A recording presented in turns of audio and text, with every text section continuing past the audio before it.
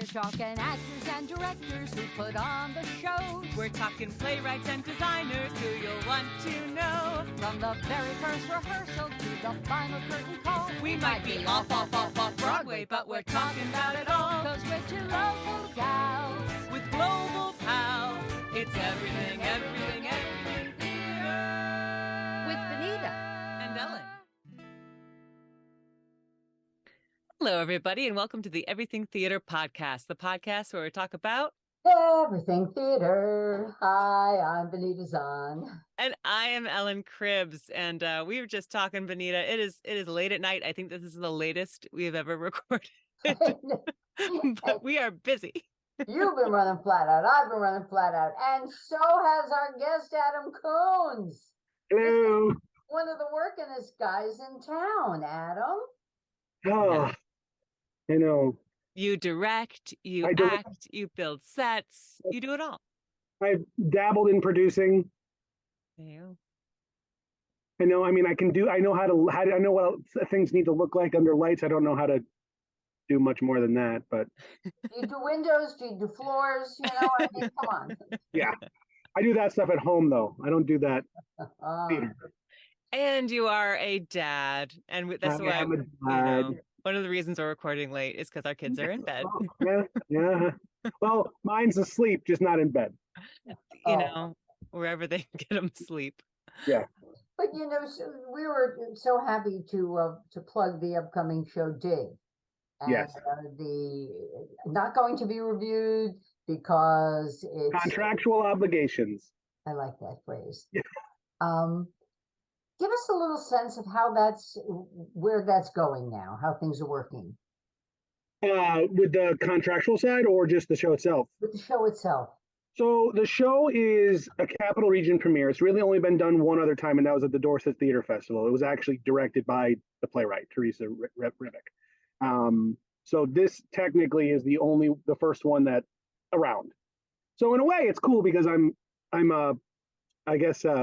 originating a role, if you will. But no, it's a great show. It's we advertise it as about courage, redemption, and photosynthesis. It takes place in a plant shop. I play Roger, the owner of the plant shop, and that's basically what I do with my life. I live in the building where I own the plant shop, and then I come downstairs and I run the plant shop. Then I go back home. Not to be confused with the Little Shop of Horrors. Correct. None of these plants come to life. No, so then my oldest friend Lou, Megan's father, played by Michael Gianella, brings Megan to the store. Now Megan, I'm not to give too much away, Megan has been accused of something terrible. And due to all the courts and rulings and everything, Megan is now living with her father. Things happen, and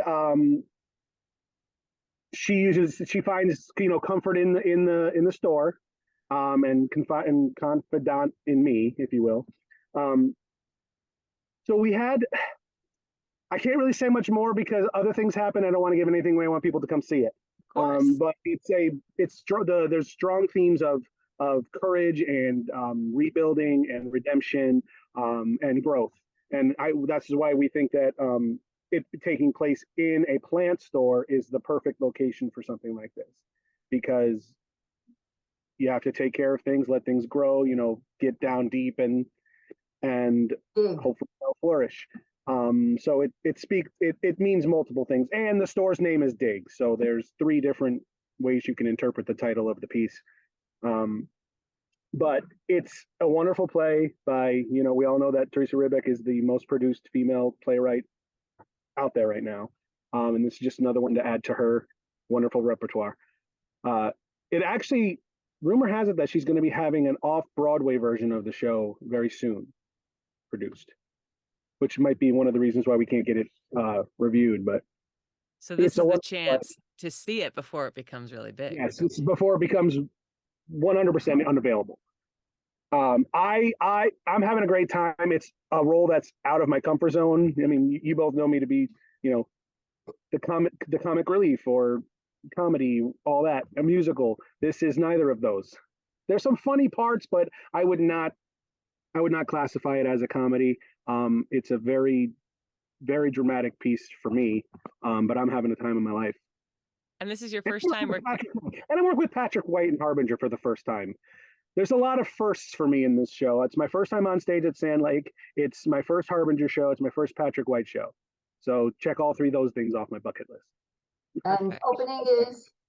Opening is April 21st, this Friday, and runs Friday, Saturday, Sunday through April 30th. And both Fridays, the 21st and the 28th, there's a talk back with the cast and crew at the end.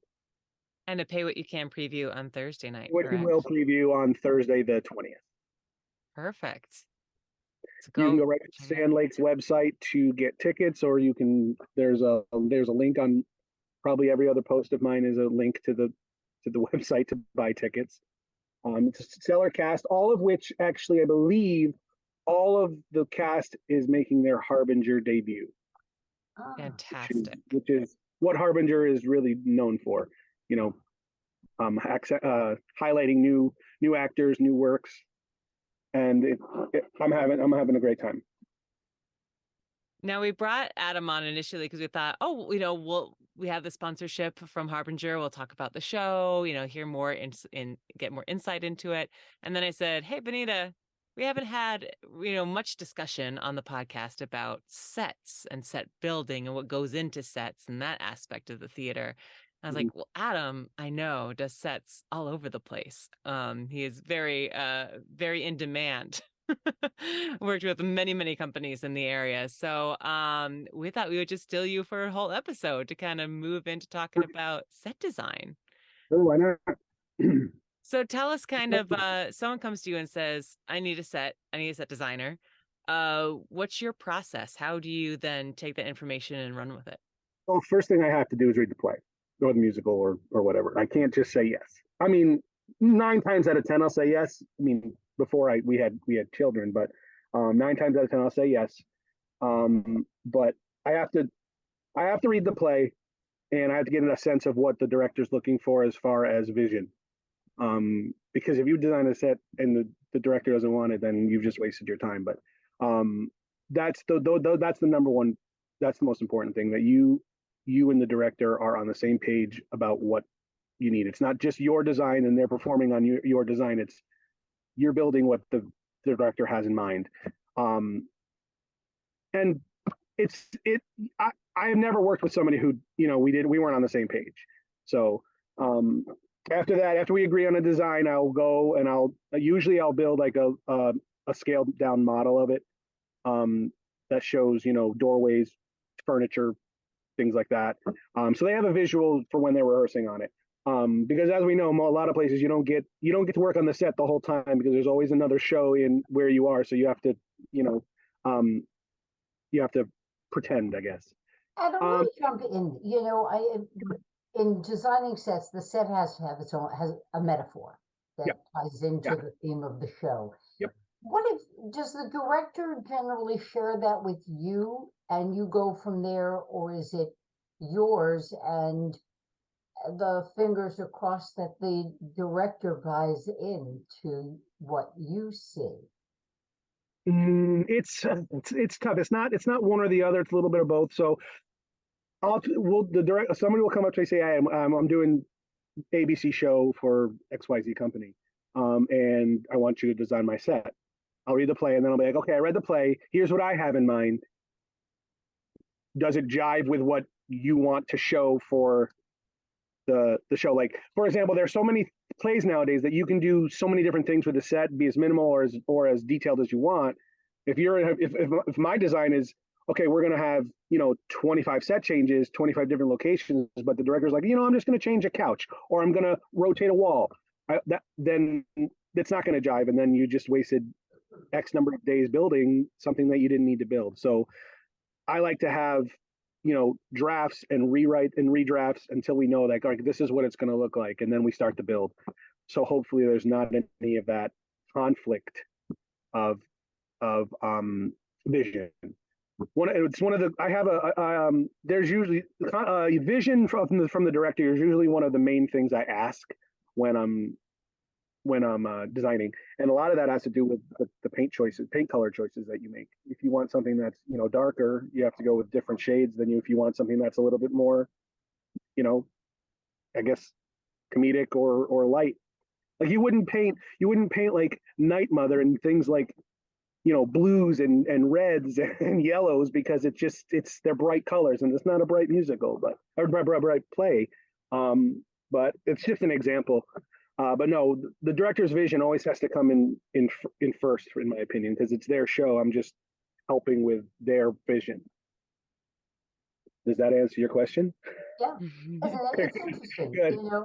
but yeah, because sometimes you see things one way and the director sees it another. So if you get that squared up early, it gives you, in many ways, I would imagine, gives you more leeway.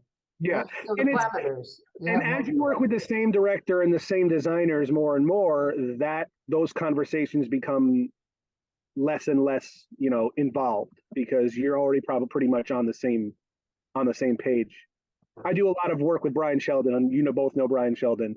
I'm usually his go-to designer, but at this point, it's like, well, this is what I have in mind. Is like perfect. That's exactly what I want. So when you work with somebody long enough, it's quite easy to nice. It's what they want.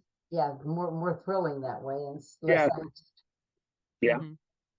I mean, everybody has a designer that they love. Mike McDermott's another great designer. I learned everything I know. I learned from Michael McDermott. He's the one that I went to and said, so I'm doing this show Jump and I need a bridge in a theater that has no headspace. And what can you do with that? And he did a beautiful job. He did great. He did great. His vision, I still question like where he gets his ideas from. How he sees it on the Albany Civic Theater stage. How do you see a bridge? I don't know if I'd have been able to do it. One of my major concerns is set changes. If there's musicals never usually have a stationary set. I take into consideration how can I build this set to look nice, but also make the scene changes happen as quickly as possible. For me, it's like reveals, or I don't know if either of you saw Wedding Singer. I just designed Wedding Singer at Slock, and a lot of my set were rotating walls that would change backstage while the other scene was going on. That way, all you had to do was rotate the walls, maybe ring out a chair or two, and the scene was there. I think that's something that people take for granted, right? I mean, we've all seen shows that the scene changes take interminably long, and it kills the flow of the show, no matter how good it is. So that's such an important element.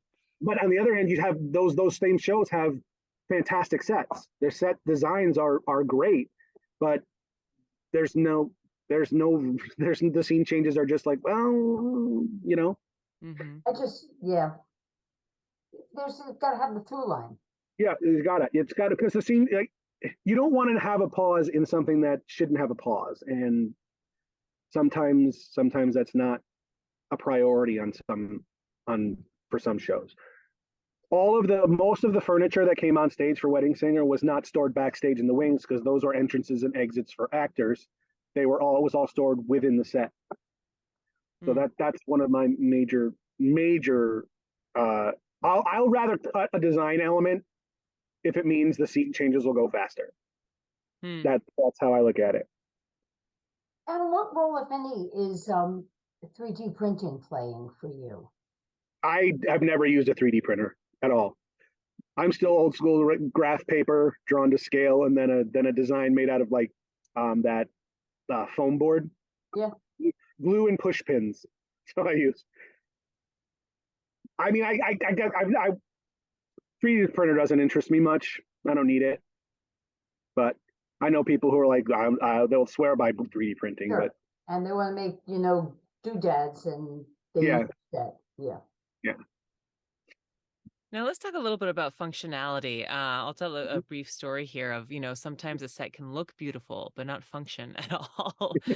Back in college, I did Dancing at Lunasa, and they did, we had this island in the middle of this, performance space, and it was all these different platforms that were different angles. So it looked like the ground was all broken up, which looked great, but we had to Irish dance on this platform that was all broken up on weird angles. So, talking about broken ankles and falling I off was the gonna say, stage, how which I many did. injuries, right? Yeah. I stepped off stage at one performance and the entire audience gasped, even though I was fine. But yeah, so do you have any stories or any thoughts about, you have this great design and all of a sudden you're like, oh, for the functionality of the play, I need to tweak or. Well, no, I didn't design it, but it was a more of like, I've had a couple of set design mishaps. One happened during a show and the other happened during a set build, and it actually happened with the same person. So two different sets, same person, two different locations. So I was helping, I didn't design Seussical the musical at Slock. I helped build it.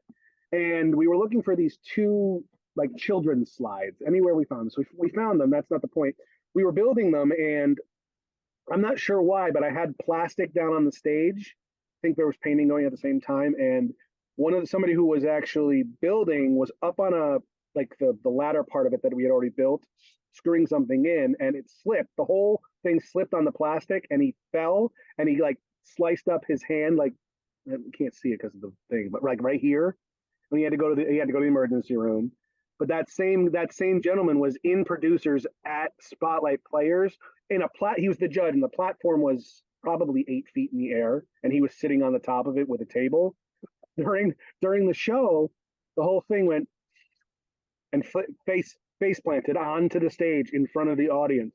Wow. He was fine, but I'm not a big fan of really, really tall sets just because you have the space.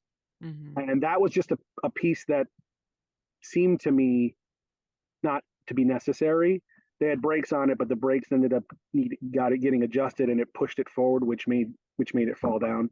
But there's never been real functionality issue that I've done so many shows. I can't really think of anything right now, but I've seen that those are the two that come to mind as far as incidents or mishaps or it's big, but it's unnecessary. So I don't, but no, grand scheme of things, nothing that really comes to mind. But that brings up a good point though about safety. The set is a huge safety risk. So are there certain things that you make sure, do you have like a checklist while you're building or once it's built, to make sure that it's safe for everybody? Yeah. So one thing I always do is I cover up all of if there's any screw like ends that come through the other side and people are using that for anything, we'll always get like foam on it or tape or something that makes it less dangerous. I will always walk the entire set before anyone else goes on it. If it's high in the air, like if it's more than 3 feet in the air, it's almost like a fire hazard anyway, like a fire code anyway comes into play. So I always walk the whole set. I make sure there's railings everywhere. I show the cast and crew who are working on the set. I go through and say, this is what this does. This is what this does. If anything happens, just let me know. We'll fix it. But I make sure the set is safe before anybody else uses it. I know that there are some companies that actually have like a tech director on call or part of the company that actually comes and approves the set first before anybody can use it, which is it's great especially if you're a first-time designer or if the first-time designer at the space. I was going to say, with that in mind, what kind of budgets are you looking at? And how much of it depends. A lot of times with your smaller theater companies, it's like spend as little as possible. But then there's other companies who have a complete breakdown of what your budget is. I'm pretty good at staying within whatever budget I have. I know a lot of because I've worked so many places. I can beg, borrow, steal, not steal. I say beg or borrow. The issue you run into is if you're doing a show at the same time as somebody else and you both need the same pieces, then you end up having to spend a little bit of money to buy new things and build them. But for the most part, most theater companies have stock pieces that are good for major parts of everything, which saves a heck of a lot of money. I can think of two big flats at Schenectady Civic. I'm convinced they found a way onto every stage for every show. Yeah, I know Albany Civic. Civic. Written on the back. Albany Civic Theater has 2 couches, and they make it onto stage for every show that needs a couch. Well, right now, American Buffalo is at So, Albany Civic opening soon. And I think they just said, go upstairs and find any random thing that's up there and put it on stage. And it looks amazing, but it is that just this that crazy set is blend. just all a bunch of tchotchkes and stuff, right? It's Yeah, what it, yeah. I saw it in New York when they did it. I mean, it was done here a number of years ago. Yep. Doug Delisle was in it with David Gerard, and it was Mhm. directed by Bob Gephardt over at the Fuse box. okay. You know, so it was tight and it had that real claustrophobic feeling. And then when I saw it in New York, you know, you've got to wonder the plot, you know, the set plot has to be so exquisitely detailed to put everything back because yeah. so much of it gets thrown away, Yeah. you know, tossed That's around. that's a good point. And with Dig is sort of the same way. So Dig starts. I don't want to get the set. The way the set works is really cool because it starts out as minimal, like very few plants, very few things, and then every scene, every transition, more stuff comes on stage, and it's by the end there's, you know, 40 plants and 6 trees or whatever on stage, and then you got to reset back to back to the beginning of the show where everything is backstage again. So that's what that reminded me of, that you have so much on stage. By the end, it's got to all come back, and then you got to remember where you put everything. Mm. Do you need a plant wrangler for this? Did you have to hire a green thumb? Well, no, we actually have someone in the cast who is a plant enthusiast. So Oh. she's taught me a few things about how to repot a plant and where the plants. She's kind of sort of taken over putting plants in order on the tables in the back that when they have to come on stage. So I'm not getting involved in that because I got too much else.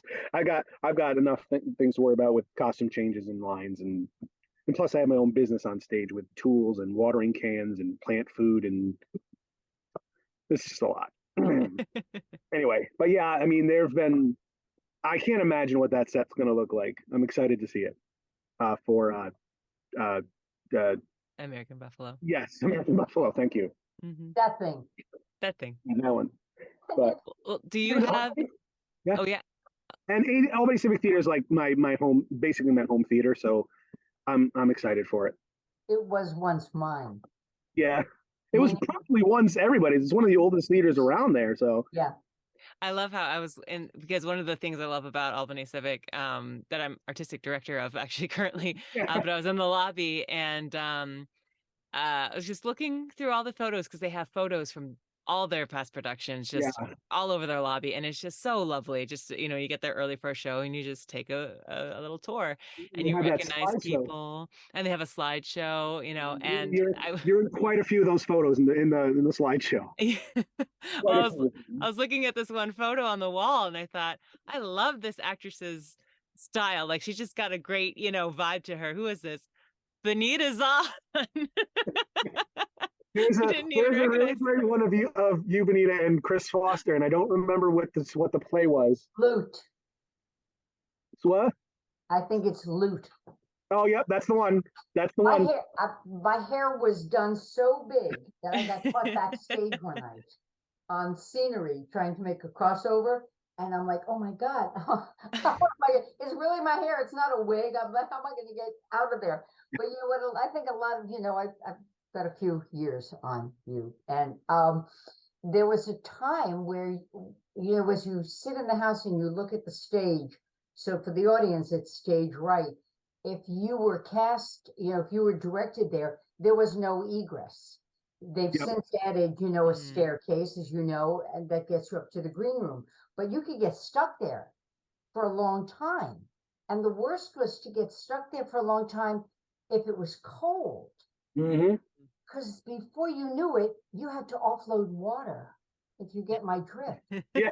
You know, I was like, oh my God, please get me on stage so I can go up. And it's a spiral metal staircase. Yeah. On the other side. So the challenges for performers, but also for designers. Yeah. You know, one, the director, how do you make sure that you don't stick your actors, you know, in no man's land for a long time?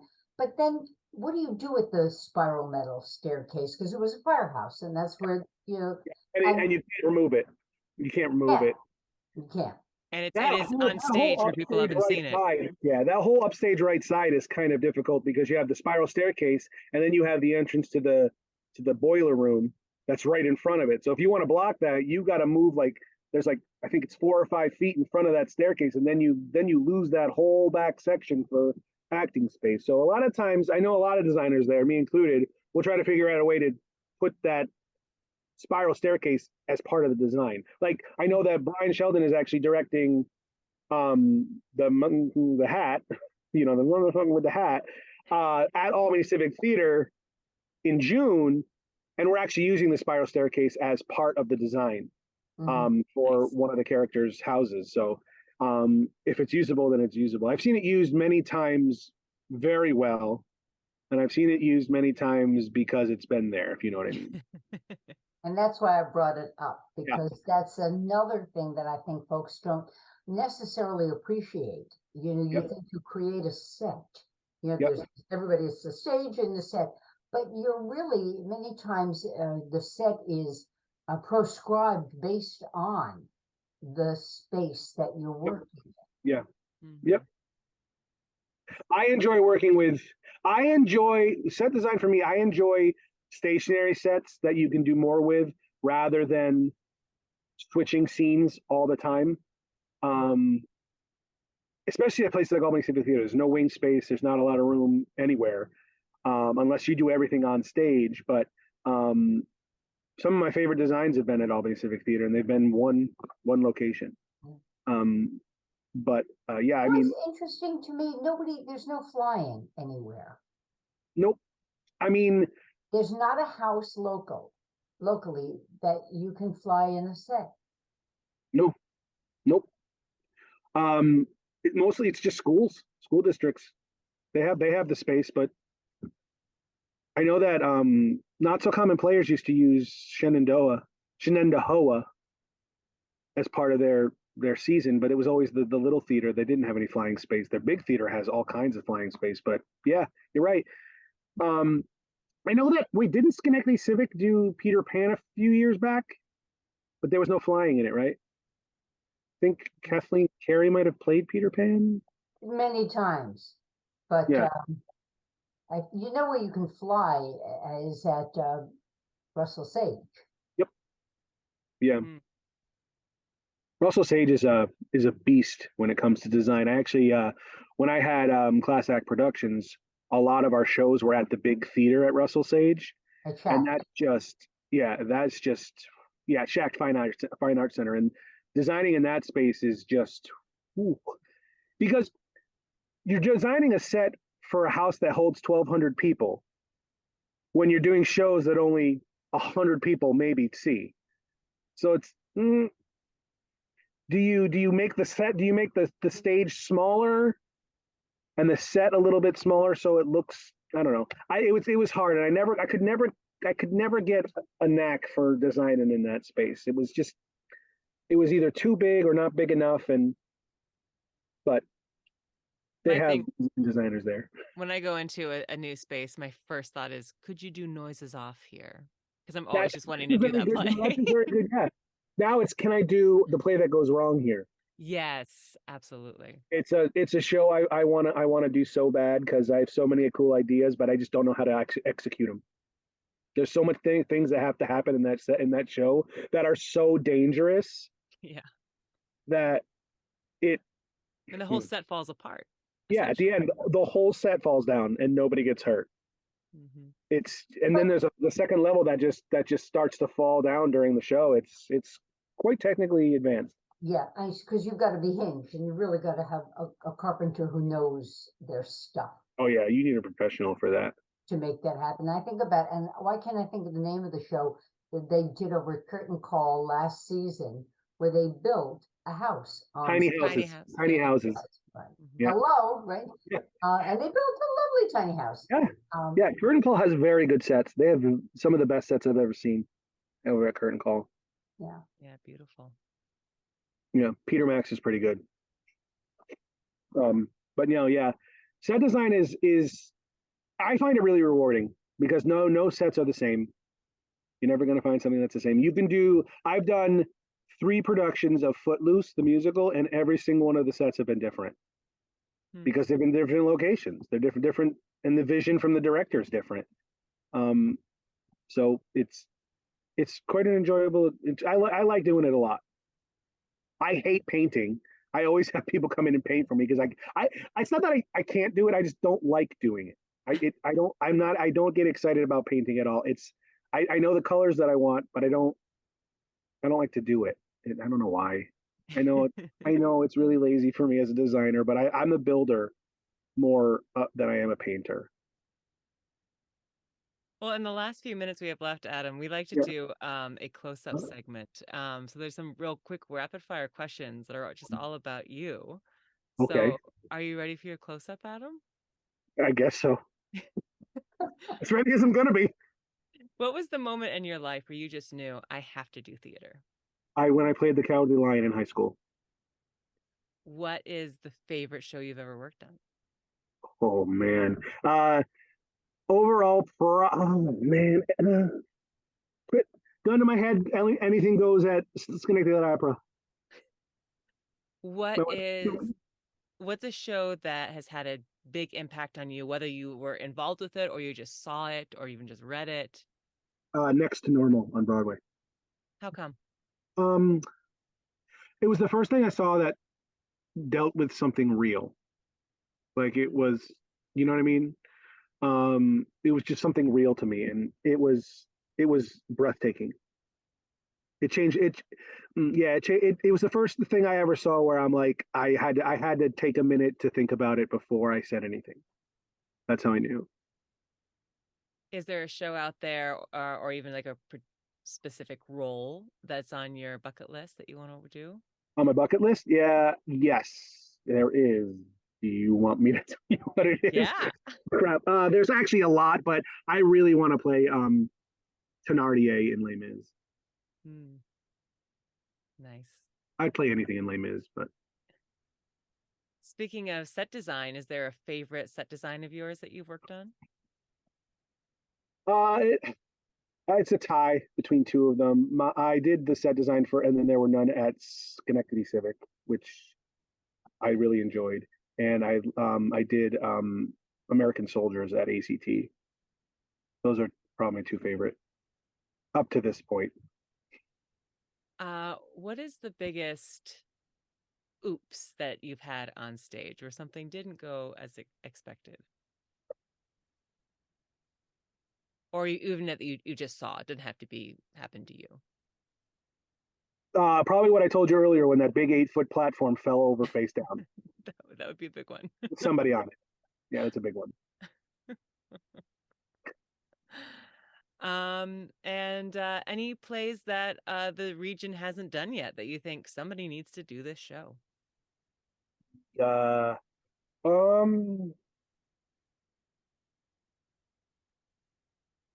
Available or unavailable? Ooh, either. Doesn't matter. Yeah. Doesn't matter. Come From Away. Vanita. Oh. Starring Vanita Zahn.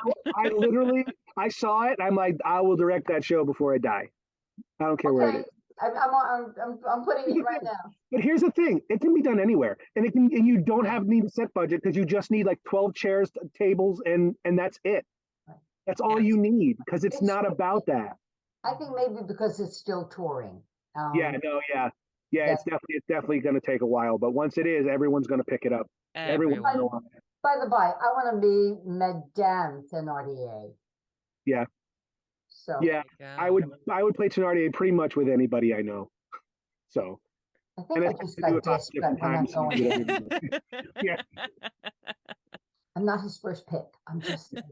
I actually never thought about who I would want to play my Madame Thenardier. That'll be a question for another day. Your wife? Would you want to do that? I would love to do it with my wife, but she would never be in another musical. Oh yeah. You kidding? She does not like. She likes seeing them. She doesn't like being in them. She doesn't think she can sing, but I think. Oh, Katie, I'm sure you can. Yeah.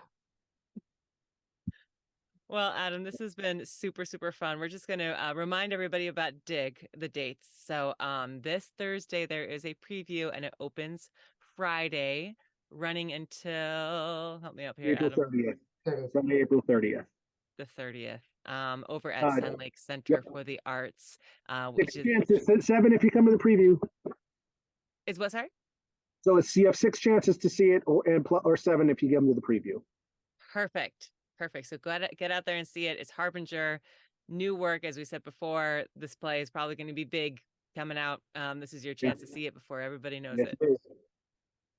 We've got our blessings. We got our blessings from the playwright, so that's a good thing. That's right. She sent us her blessings. Bravo, break legs. Yeah. Wonderful. Thank you. And thank you for having me on. I had a lot of fun. Absolutely.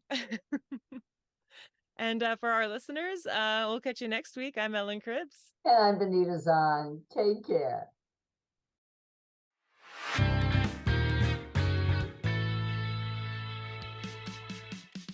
Thank you so much for listening to the Everything Theater podcast. Special thanks goes out to Alice Grinling for our photography and Justin Friello for composing our amazing theme song. Please remember to subscribe to our podcast and follow us on Facebook, Twitter, and Instagram. If you want to share your thoughts or what's going on in your theater community, you can reach out to us on social media or through our email at everythingtheaterpodcast@gmail.com. Till next time, it's everything, everything, everything.